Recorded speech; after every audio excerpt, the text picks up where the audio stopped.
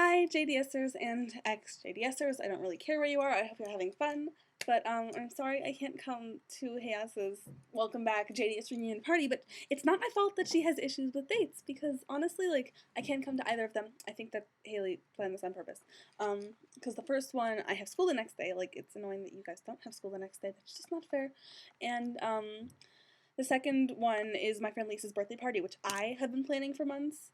Like, I'm really responsible about it, which is interesting for me. So I want to go to Lisa's party.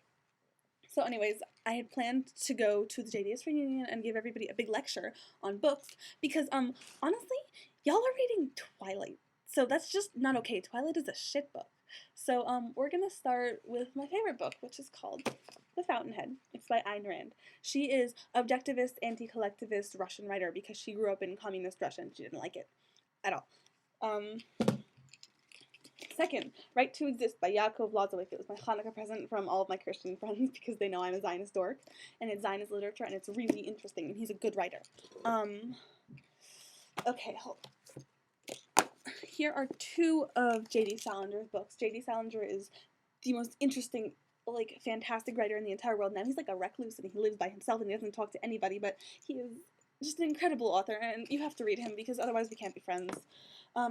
Jack Kerouac, I don't know where my copy of Dharma Bums is, but he's like this interesting, zen, funny, like, writer, and I love him, and Dharma Bums is actually Mr. Abel's favorite book, just BT dubs. This is Catch-22 by Joseph Heller, and it's funny. I read it on the way to New York, and I was just like cracking up the whole time, and I got all these weird looks on the bus because, I mean, I was just laughing by myself, sketchily.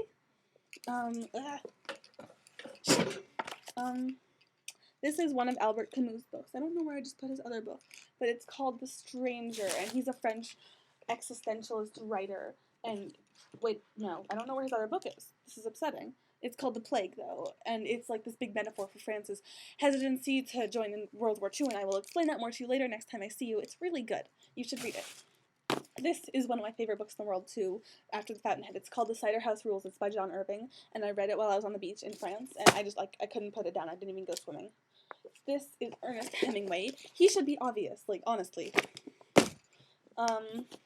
This is Gravity's Rainbow by Thomas Pynchon, and it's like this long acid trip, so it's great.